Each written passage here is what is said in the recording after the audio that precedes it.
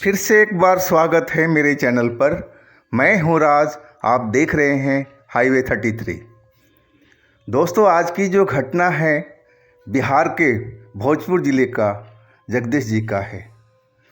तो ये जब घटना उनके साथ में हुई थी तो 14 साल के थे वो।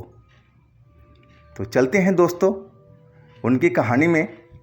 लेकिन दोस्तों, आपने मेरे चैनल को सब्सक्राइब नहीं किया है या फिर मेरे चैनल पर आप अभी जुड़े हैं तो मेरे चैनल को ऑल पे करके बेल आइकन को पुश कर दीजिए ताकि आप मेरी कोई वीडियो को मिस ना कर पाए और सबसे पहले वीडियो आपको मिले। तो चलते हैं दोस्तों हाईवे 33 के सफ़र पर। दोस्तों, मेरा नाम जगदीश है। मेरी उम्र उस घटना के टाइम 14 साल के आसपास की थी। मेरे पिताजी ट्रक ड्राइवर थे। वो पूरे भारत में ट्रक चलाते थे, लेकिन कुछ दिनों से वो बीमार पड़े हुए थे और पास के ही एक सरकारी हॉस्पिटल में पिताजी का इलाज चल रहा था।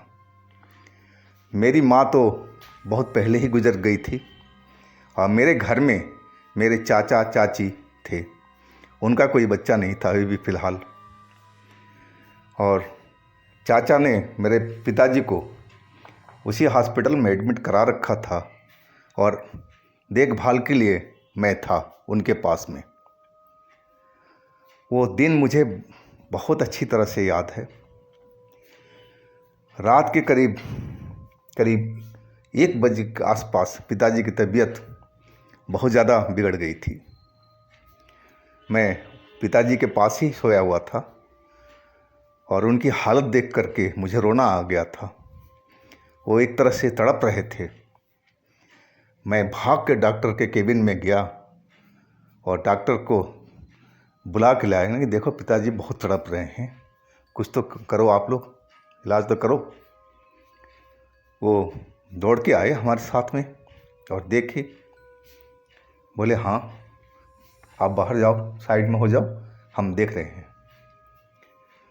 फिर वो इंजेक्शन वगैरह कुछ लगाए और मेरे को बोले, बच्चा तुम्हारे साथ में कौन है? और यानी कि जी अभी तो कोई नहीं है, हमारे चाचा चाची हैं, वो गांव पर हैं। बोला ठीक है, से उनको बुला सकते हो ना सुबह में, से हमें इनको कहीं और भेजना पड़ेगा, यहाँ पर इलाज इनका प्रॉपर ढंग से नहीं हो पाएगा, इतनी सुविधा हमारे पास में नहीं है। यानी कि जी हाँ, सुबह में हम बुला सकते हैं। बोले अभी तो हमने दवा दे दिया, इंजेक्शन वगैरह दे दिया, ठीक रहेंगे, लेकिन कल तक इनको दूसरे हॉस्पिटल में भेजना पड़ेगा जहाँ इनका इलाज सही ढंग से हो पाए और सुविधा वहाँ पर वो मौजूद है जहाँ मैं भेजूँगा। डॉक्टर ने मुझे बहुत अच्छी तरह से समझाया। यानी कि जी बताएं, तो बेटा आप जल्दी से जल्दी अपने चाचा चाची को, जो भी आपके गार्जियन हैं, इनको बुला लेना सुबह तक, है कि हम एम्बुलेंस से जल्दी इनको भेज पाएँ। और वो अपने केबिन में चले गए।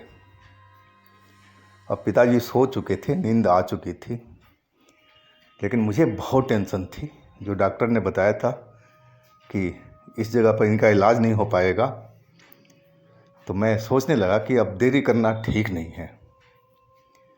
वहाँ से मेरा गांव करीब 5-5.5 किलोमीटर के आसपास था और उस रोड पर सवारी रात में तो मिलना ही मुश्किल था, दिन में भी नहीं मिलता था। तो हमने पैदल जाने का ही सोच लिया था और मैं पिताजी को छोड़ कर के वहीं पर, अब मैं पड़ोसी को दिखा दिया था कि पिताजी उठे तो बोल देना कि मैं चाचा को लेने जा रहा हूँ और थोड़ा आप लोग इनका देखभाल भी कर देना। पड़ोसी बोले, जो बेड पर थे आजू बाजू में, बोले कि हाँ बेटा टेंशन मत करो, जाओ अपना चाचा चाची को ले आओ। और मैं करीब 2 बजे के आसपास निकल चुका था अपने गांव की तरफ। तकरीबन मैंने आधा रास्ता पार कर लिया था। अब आगे एक नदी आना था वहीं पर अब मैं आसपास में चल रहा था, नदी के आसपास ही, और तभी मुझे अपने पीछे कुछ आहट से हुई, जैसे कोई हमारे पीछे चल रहा हो। मैं तो पिताजी के बीमारी की वजह से टेंशन में ज़्यादा था, तो मैं डरना तो मैं भूल ही गया था कि डर नाम की चीज़ क्या होती है। मुझे तो बस चिंता थी अपने पिताजी की कि किसी तरह से सही हो जाए हमारे पिताजी। और मैं मुड़ के देखा तो एक सफ़ेद सलवार सूट में एक लड़की आ रही थी तेज़ कदमों से। मैं उसको इस रात में देख करके थोड़ा हैरान तो ज़रूर हुआ, और मैं रुक गया कि शायद ये भी हमारी तरह कहीं जा रही है अकेले, और मैं इसका आने का इंतज़ार करने लगा। वो पास में आई तो मैं देखा वो कोई 20-22 साल की लड़की थी। मैंने पूछा कि दीदी आप कहाँ जा रही हो रात को इस टाइम में अकेले? वो मेरी तरफ देखी, मुस्कुराई, बोली भाई से तुम कहाँ जा रहे हो इस वक्त? मैंने बताया जी मैं अपना चाचा जी को लेने जा रहा हूँ, सुबह पिताजी को किसी दूसरे हॉस्पिटल में भेजना है तो उनकी ज़रूरत है, डॉक्टर ने बोला है। तो बोली कि सुबह में तो आ सकते थे, इतनी रात में आने की क्या ज़रूरत थी भाई मेरे से, पता नहीं है कितना रास्ता ख़राब है ये। यानी कि दीदी बात आप ठीक कह रही हो, लेकिन कहीं देर ना हो जाए, पिताजी का तबीयत फिर न बिगड़ जाए, मैं इसलिए अभी इस वक्त जा रहा हूँ। बोली कौन से गांव जाओगे भाई? मैं अपने गांव का नाम बताया। तो वो बोली मुझे भी उसी तरफ जाना है भाई, आपके गांव के आसपास ही मेरा गांव है। और वो एक गांव का नाम बताई जो मैं जानता था। लेकिन मैं उस लड़की को उस गांव में कभी देखा नहीं था, क्योंकि हमारा स्कूल उसी गांव में था। लेकिन मैं कुछ ज़्यादा बहस नहीं किया और हम साथ साथ चलने लगे थे। नदी के पास तक हम एक दूसरे से बात करते हुए मेरे घर के बारे में, मेरे परिवार के बारे में सब पूछ रही थी लड़की वो, कि तुम्हारे कौन कौन है घर में। मैं सब बता दिया कि मेरी 2 बहनें हैं जो अब ससुराल में रहती हैं, माँ मेरी गुजर चुकी है, और पिताजी का अचानक तबीयत ख़राब हो गया, ट्रक ड्राइवर थे। चाचा चाची हैं हमारे घर में। वो थोड़ा सा मायूस सी हो गई थी, मैंने जो बात बोला था अफसोस जाहिर कर रही थी। बताओ तुम्हें इतनी छोटी उम्र में सब ये सब देखना पड़ रहा है, और चलो कोई नहीं, सब भगवान ठीक करेंगे, ऐसी बोली वो। और हम साथ साथ चलने लगे थे। नदी पर पहुँचे हम तो देखा तो नाव तो उस तरफ थी। वो नदी में दोनों साइड में रस्सी बंधी हुई थी और उसी के सहारे वो नाव चलती थी। उस नाव का भी हिस्सा उस रस्सी में बंधा होता था, और नाव कभी बहती नहीं थी क्योंकि उस रस्सी के साथ में ही बंधी होती थी। लेकिन सवाल ये था कि रात में जब तक उधर से कोई आएगा नहीं, वो नाव इस तरफ आएगी कैसे हमारी तरफ? मैं देख करके थोड़ा मायूस सा हो गया। तो वो लड़की बोली भाई इंतज़ार करते हैं, देखो कोई ना कोई आ ही जाएगा। और हम इंतज़ार करने लगे और हमसे बातें करती जा रही थी। मैं उसका हर एक बात का जवाब दे रहा था। तभी नदी का जो बहाव था बहुत तेज़ था, और उसके जो पानी किनारे पर टकरा रहे थे बहुत शोर कर रहे थे, और एक तरह से बहुत डरावना माहौल रात के टाइम में बन रहा था। लेकिन मैं उस चीज़ पर गौर ही नहीं कर रहा था। और तभी मैंने देखा कि जो नाव थी उस तरफ में वो हमारी तरफ बढ़ने लगी थी, लेकिन उसको कौन लेके आ रहा है मुझे दिखाई नहीं पड़ रहा था। मैं आश्चर्य से दीदी की तरफ, अपना जो लड़की थी बगल में बैठी उसकी तरफ देखा, दीदी देखो नाव कौन चला के लेके आ रहा है? वो मुस्कुराई, बोली भाई कोई ना कोई तो लेके आ रहा है, आने दो, क्या फ़र्क पड़ता है, हमें ज़रूरत भी है उस तरफ जाने की। और हमसे बातों में फिर उलझ गई, बात करने लगी। हमारा ध्यान ही उधर से हटा दिया था लड़की ने, और मैं पानी की तरफ देखने लगा था, नदी के पानी की तरफ। और तभी मैं जो देखा तो मैं एकदम डर गया था कि पानी में से एक आदमी निकल रहा था। उसके सर पे तो एक भी बाल मुझे दिखाई नहीं पड़ रहे थे, और वो भी बिना कपड़ों का, और लंबा काफ़ी था। मैं उसको देख करके डर गया था, यानी कि इतनी रात को और इस पानी में, ठंडे पानी में से ये आदमी कहाँ से निकल रहा है? कहीं नदी से तैर के तो नहीं आ रहा है उस तरफ से? लेकिन ऐसा संभव नहीं था। इस रात के टाइम में तेज़ बहाव था, नदी भी गहरी थी, और मैं उसकी तरफ देखने लगा। वो लड़की भी अब बात करना बंद करके और उसी तरफ देख रही थी जिधर से वो आदमी पानी में से निकल के और हमारी तरफ आ रहा था। और उसके लंबे लंबे कदम कुछ ही कदम चल कर के और हमारे पास में पहुंच चुका था।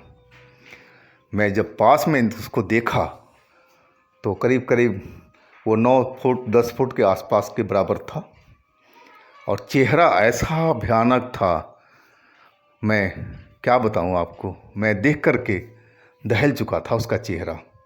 मोटी मोटी सी आँखें, और पूरा जो चेहरा एकदम सफ़ेद सा पड़ा हुआ था, सफ़ेद कलर का पूरा शरीर उसका, नंगा शरीर, और हमारी तरफ आकर खड़ा हो गया थोड़ी सी दूरी पर, और मेरी तरफ वो देखने लगा था। अब उसकी जो आंखें थी बहुत बड़ी बड़ी हो चुकी थी, किसी जानवर की तरह अब मुझे घूर रही थी। और तभी वो लड़की झटके से, जो हम बैठे हुए थे साथ में, वो उठी तो मैं भी उठ गया, और लड़की मेरे सामने आ गई। बोली, तुम यहाँ से चले जाओ। मैं बोल रही हूँ तुम यहाँ से चले जाओ, इस लड़के को तुम हाथ नहीं लगा सकते, मैं यहाँ पर हूँ, और तुम भाग जाओ यहाँ से, तुम्हारी इसी में भलाई है। लेकिन वो भयानक आदमी वहाँ से बिल्कुल भी नहीं हटा, और ना मुझे लगा कि वो हटने वाला है, और लड़की उसकी तरफ चल दिया और एक ज़ोरदार धक्का उसको दिया अपने हाथों से। वो लड़खड़ा करके कई कदम पीछे हो चुका था, और फिर लड़की तो जैसे शेरनी बन गई थी, और उसको धकेलते हुए नदी की तरफ चल पड़ी थी। अब बोलती जा रही थी, मैं तुम्हें मना कर रही हूँ ना कि ये हमारी लड़का, ये हमारी शरण में है, तुम इसको छू भी नहीं सकते। और मैं उसकी बातें सुन कर के एकदम दहल सा गया था कि आखिर कौन है ये लड़की जो हमारी इस वक्त में मदद कर रही है, रक्षा कर रही है। लेकिन हमें कुछ समझ में नहीं आ रहा था। एक तो बचपना की बुद्धि थी, और सब देख करके मैं बुरी तरह से डर चुका था, और मुझे समझ में नहीं आ रहा था कि मैं यहाँ रुकूं या भागूं, क्या करूं मैं। और तभी वो नाव किनारे पर आ चुकी थी।